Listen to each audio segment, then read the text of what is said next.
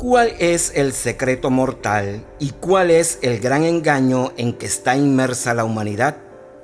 Mediante la sabiduría hiperbórea podemos conocer no solo el camino de regreso al origen extraterrestre del espíritu humano, sino también quiénes son los iniciados hiperbóreos y el antiguo misterio de la raza blanca. También tendremos luz sobre lo que es la espantosa guerra esencial, es decir, el gran enfrentamiento de los dioses. Ese conflicto que comenzó en el cielo y se extendió hacia la tierra. Igualmente, sobre la liberación del hombre del gran engaño de las potencias de la materia y del cuartel general de los dioses. Esta es la hiperbórea, que nos brinda un recuerdo de la patria del espíritu más allá del origen.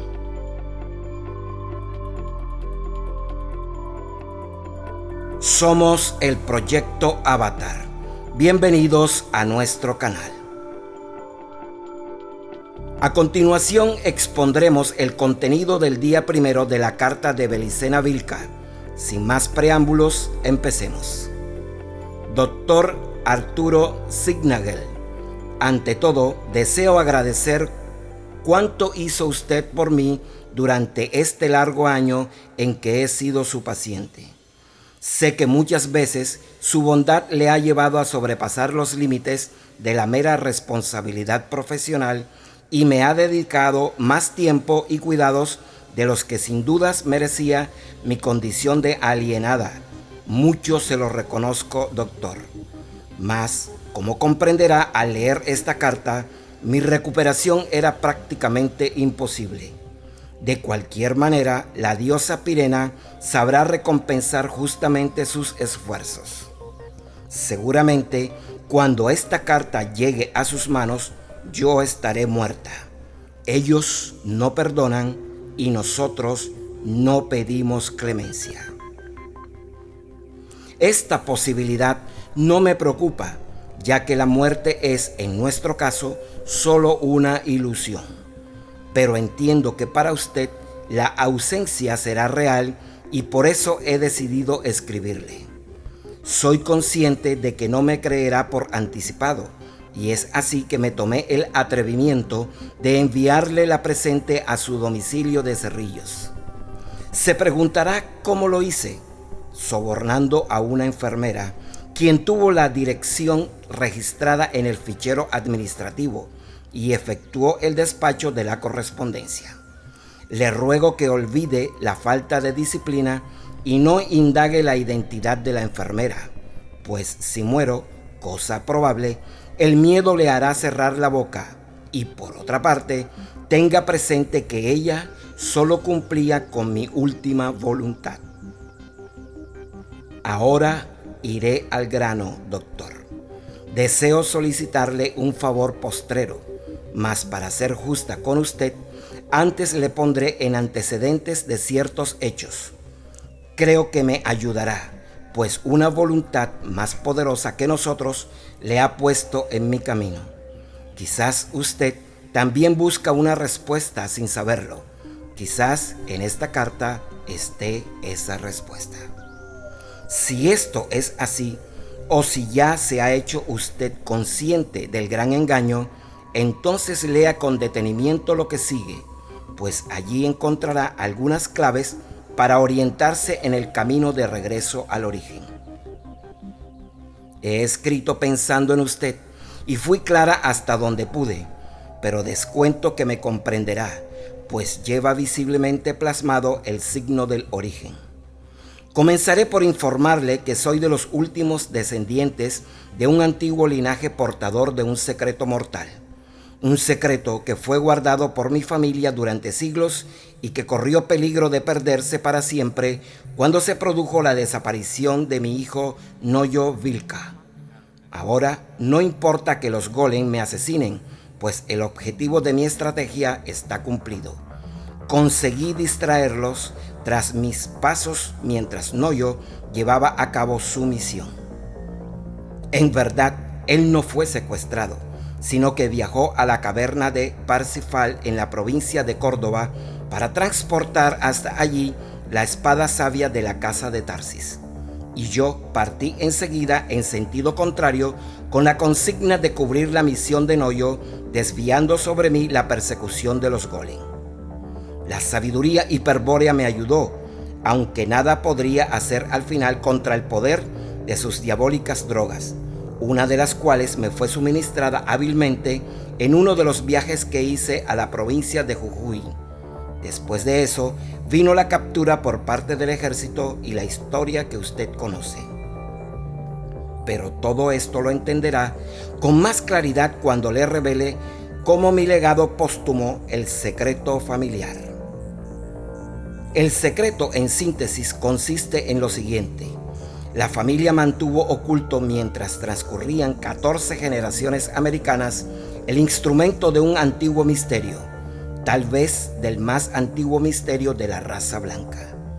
Tal instrumento permite a los iniciados hiperbóreos conocer el origen extraterrestre del espíritu humano y adquirir la sabiduría suficiente como para regresar a ese origen, abandonado definitivamente el demencial universo de la materia y la energía de las formas creadas.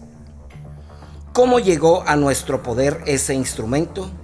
En principio le diré que fue traído a América por mi antepasado Lito de Tarsis, quien desembarcó en Colonia Coro en 1534 y, pocos años después, fundó la rama tucumana de la estirpe, pero esto no responde a la pregunta. En verdad, para aproximarse a la respuesta directa, habría que remontarse a miles de años atrás, hasta la época de los reyes de mi pueblo, de quienes Lito de Tarsis era uno de los últimos descendientes. Aquel pueblo que habitaba la península ibérica desde tiempos inmemoriales lo denominaré para simplificar íbero en adelante, sin que ello signifique adherir a ninguna teoría antropológica o racial moderna. La verdad es que poco se sabe actualmente de los íberos, pues todo cuanto ellos se refería, especialmente a sus costumbres y creencias, fue sistemáticamente destruido u ocultado por nuestros enemigos. Ahora bien, en la época en que conviene comenzar a narrar esta historia, los íberos se hallaban divididos en dos bandos irreconciliables que se combatían a muerte mediante un estado de guerra permanente. Los motivos de esta enemistad no eran menores, se basaban en la práctica de cultos esencialmente contrapuestos, en la adoración de dioses enemigos. Por lo menos, esto era lo que veían los miembros corrientes de los pueblos combatientes. Sin embargo, las causas eran más profundas y los miembros de la nobleza gobernante, reyes y jefes, las conocían con bastante claridad. Según se susurraba en las cámaras más reservadas de las cortes, puesto que se trataba de un secreto celosamente guardado, había sido en los días posteriores al hundimiento de la Atlántida, cuando procedentes del mar occidental arribaron a los continentes europeo y africano grupos de sobrevivientes pertenecientes a dos razas diferentes. Unos eran blancos, semejantes a los miembros de mi pueblo, y los otros eran de tez más morena, aunque sin ser completamente negros como los africanos. Estos grupos no muy numerosos poseían conocimientos asombrosos, incomprensibles para los pueblos continentales, y poderes terribles, poderes que hasta entonces solo se concebían como atributos de los dioses. Así pues, poco les costó ir dominando a los pueblos que hallaban a su paso. Y digo que hallaban a su paso porque los atlantes no se detenían jamás definitivamente en ningún lugar, sino que constantemente avanzaban hacia el este. Mas tal marcha era muy lenta, pues ambos grupos se hallaban abocados a muy difíciles tareas, las que insumían mucho tiempo y esfuerzo, y para concretar las cuales necesitaban el apoyo de los pueblos nativos. En realidad, solo uno efectuaba la tarea más pesada, entre comillas, puesto que luego de estudiar prolijamente el terreno, se dedicaba a modificarlo en ciertos lugares especiales mediante enormes construcciones megalíticas, menhires, dólmenes, cromlechs, pozos, montes artificiales, cuevas, etc. Aquel grupo de constructores era el de la raza blanca y había precedido en su avance al grupo moreno. Este último, en cambio, parecía estar persiguiendo al grupo blanco, pues su desplazamiento era aún más lento y su tarea consistía en destruir o alterar, mediante el tallado de ciertos signos, las construcciones de aquellos. Como decía, estos grupos jamás se detenían definitivamente en un sitio, sino que luego de concluir su tarea, continuaban moviéndose hacia el este. Empero, los pueblos nativos que pertenecían en los primitivos solares ya no podían retornar jamás a sus antiguas costumbres. El contacto con los atlantes los había transmutado culturalmente. El recuerdo de los hombres semidivinos procedentes del mar occidental no podría ser olvidado por milenios. Y digo esto para plantear el caso improbable de que algún pueblo continental hubiese podido permanecer indiferente tras su partida. Realmente, esto no podía ocurrir porque la partida de los atlantes no fue nunca brusca, sino cuidadosamente planificada, solo concretada cuando se tenía la seguridad de que justamente los pueblos nativos se encargarían de cumplir con una misión que sería del agrado de los dioses. Para ello, habían trabajado pacientemente sobre las mentes dúctiles de ciertos miembros de las castas gobernantes, convenciéndolos sobre la conveniencia de convertirse en sus representantes frente al pueblo. Una oferta tal sería difícilmente rechazada por quien detente una mínima vocación de poder, pues nunca que para el pueblo el poder de los dioses ha sido transferido a algunos hombres privilegiados, a algunos de sus miembros especiales.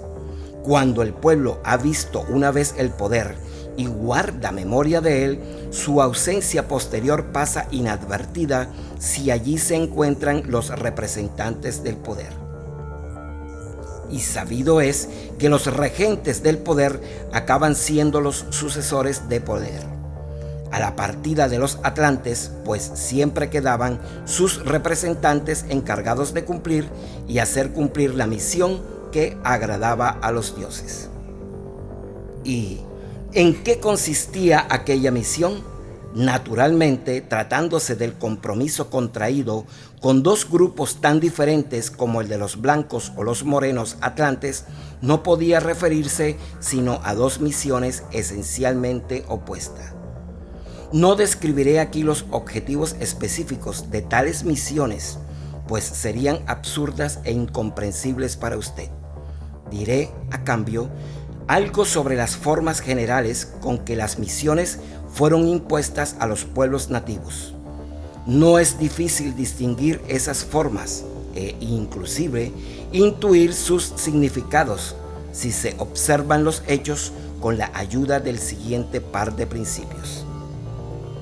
En primer lugar, hay que advertir que los grupos atlantes desembarcados en los continentes luego del hundimiento de la Atlántida no eran menos sobrevivientes de una catástrofe natural, algo así como simples náufragos, sino hombres procedentes de una guerra espantosa y total.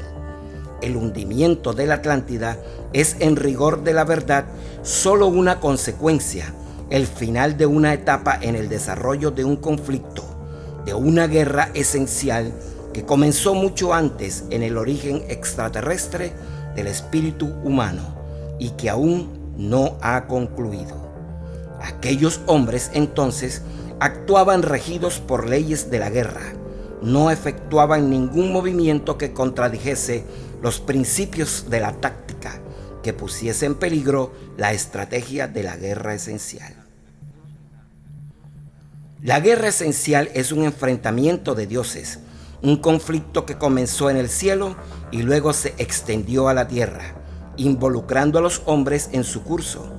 En el teatro de operaciones de la Atlántida solo se libró una batalla de la guerra esencial, y en el marco de las fuerzas enfrentadas, los grupos atlantes que he mencionado, el blanco y el moreno, habían intervenido como planificadores o estrategas de su bando respectivo, es decir, que ellos no habían sido ni los jefes ni los combatientes directos en la batalla de la Atlántida. En la guerra moderna, sus funciones serían las propias de los analistas de Estado Mayor, salvo que aquellos, entre comillas, analistas, no disponían de las elementales computadoras electrónicas programadas con juegos de guerra, como los modernos, sino de un instrumento incomparablemente más perfecto y temible, el cerebro humano especializado hasta el extremo de sus posibilidades. En resumen, cuando se produce el desembarco continental, una fase de la guerra esencial ha terminado. Los jefes se han retirado a sus puestos de comando y los combatientes directos que han sobrevivido al aniquilamiento mutuo padecen diversa suerte. Algunos intentan reagruparse y avanzar hacia una vanguardia que ya no existe. Otros creen haber sido abandonados en el frente de batalla. Otros huyen en el desorden. Otros acaban por extraviarse o terminan olvidando la guerra esencial. En resumen, y empleando ahora el lenguaje con que los atlantes blancos hablaban a los pueblos continentales, los dioses habían dejado de manifestarse a los hombres porque los hombres habían fallado una vez más. No resolvieron aquí el conflicto planteado a escala humana, dejando que el problema regresase al cielo y enfrentase nuevamente a los dioses. Pero los dioses se habían enfrentado por razón del hombre, porque unos dioses querían que el espíritu del hombre regresase a su origen, más allá de las estrellas, mientras que otros pretendían mantenerlo prisionero en el mundo de la materia. Los atlantes blancos estaban con los dioses que querían liberar al hombre del gran engaño de la materia y afirmaban que se había luchado reciamente por alcanzar ese objetivo. Pero el hombre fue débil y defraudó a sus dioses liberadores. Permitió que las estrategias enemigas ablandase su voluntad y le mantuviese sujeto a la materia, impidiendo así que la estrategia de los dioses liberadores consiguiese arrancarlo de la tierra. Entonces la batalla de la Atlántida concluyó y los dioses se retiraron a sus moradas, dejando al hombre prisionero de la tierra, pues no fue capaz de comprender su miserable situación ni dispuso de fuerzas para vencer en la lucha por la libertad espiritual. Pero ellos no abandonaron al hombre, simplemente la guerra ya no se libraba en la tierra. Un día, si el hombre voluntariamente reclamaba su lugar en el cielo, los dioses liberadores retornarían con todo su poder y una nueva oportunidad de plantear la batalla sería aprovechada. Sería esta la batalla final, la última oportunidad antes de que los dioses regresasen definitivamente al origen más allá de las estrellas. Entre tanto, los combatientes directos por la libertad del espíritu que se reorientasen en el teatro de la guerra, los que recordasen la batalla de la Atlántida, los que despertasen del gran engaño o los buscadores del origen, deberían librar en la tierra un durísimo combate personal contra las fuerzas demoníacas de la materia, es decir, contra las fuerzas enemigas abrumadoramente superiores, y vencerlas con voluntad heroica. Solo así serían admitidos en el cuartel general de los dioses. En síntesis, según los atlantes blancos, una fase de la guerra esencial había finalizado. Los dioses se retiraron a sus moradas y los combatientes estaban dispersos. Pero los dioses volverían. Lo probaban las presencias atlantes allí, construyendo y preparando la tierra para la batalla final. En la Atlántida, los atlantes morenos fueron sacerdotes que propiciaban un culto a los dioses traidores al espíritu del hombre. Los atlantes blancos, por el contrario, pertenecían a una casta de constructores guerreros o guerreros sabios que combatían en el bando de los dioses liberadores del espíritu del hombre, junto a las castas noble y guerrera de los hombres rojos y amarillos, quienes nutrieron las filas de los combatientes directos.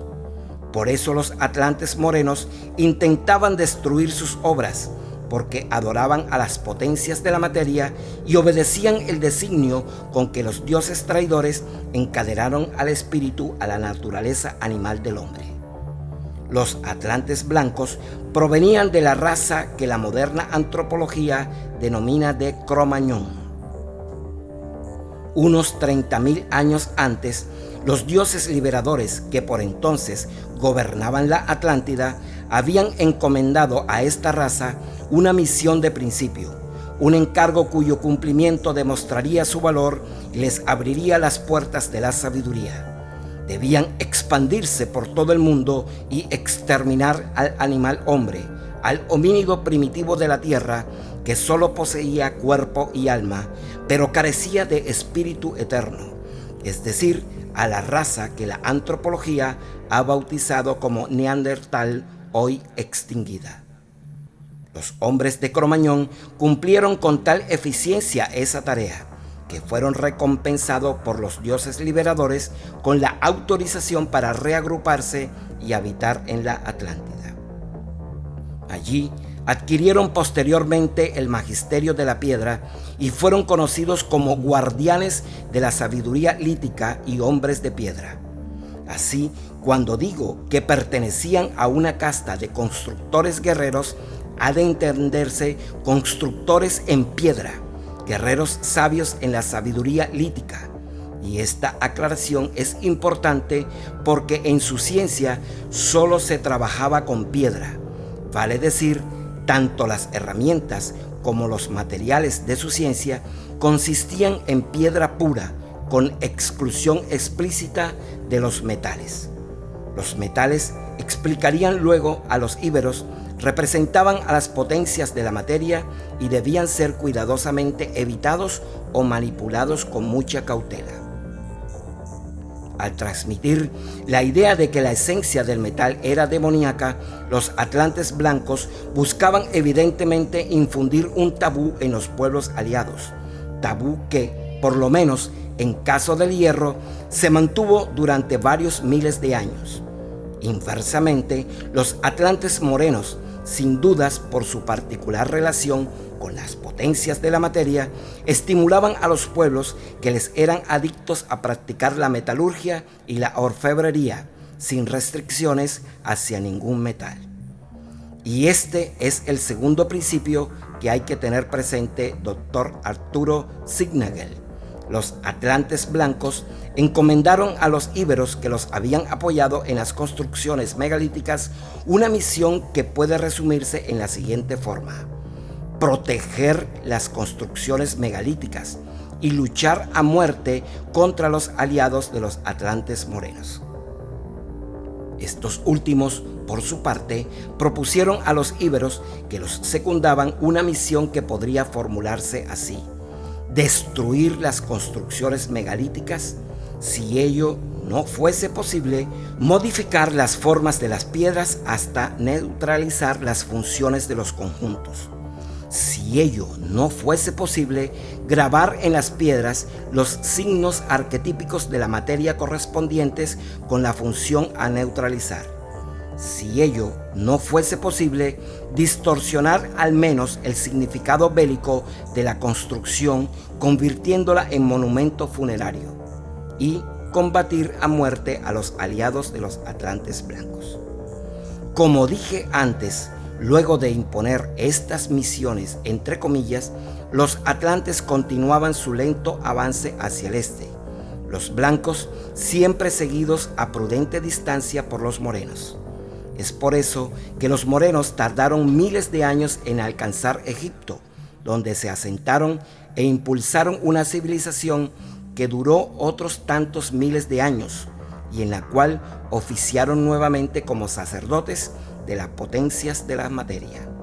Los atlantes blancos, en tanto, siguieron siempre hacia el este, atravesando Europa y Asia por una ancha franja que limitaba en el norte con las regiones árticas y desapareciendo misteriosamente al fin de la prehistoria. Sin embargo, tras de su paso, belicosos pueblos blancos se levantaron sin cesar, aportando lo mejor de sus tradiciones guerreras y espirituales a la historia de Occidente. Mas, ¿a dónde se dirigían los atlantes blancos? A la ciudad de Catagar o Agartha, un sitio que, conforme a las revelaciones hechas a mi pueblo, era el refugio de algunos de los dioses liberadores, los que aún permanecían en la tierra aguardando la llegada de los últimos combatientes. Aquella ignota ciudad había sido construida en la tierra hacía millones de años, en los días en que los dioses liberadores vinieron de Venus y se asentaron sobre un continente al que nombraron Hiperbórea, en recuerdo de la patria del espíritu. En verdad, los dioses liberadores afirmaban provenir de Hiperbórea, un mundo increado, es decir, no creado por el Dios creador, existente más allá del origen.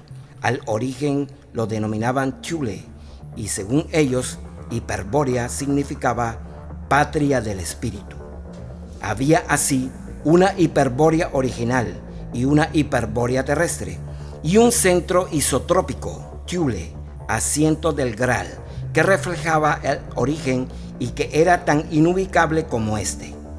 Toda la sabiduría espiritual de la Atlántida era una herencia de Hiperbórea, y por eso los atlantes blancos se llamaban a sí mismos iniciados hiperbóreos.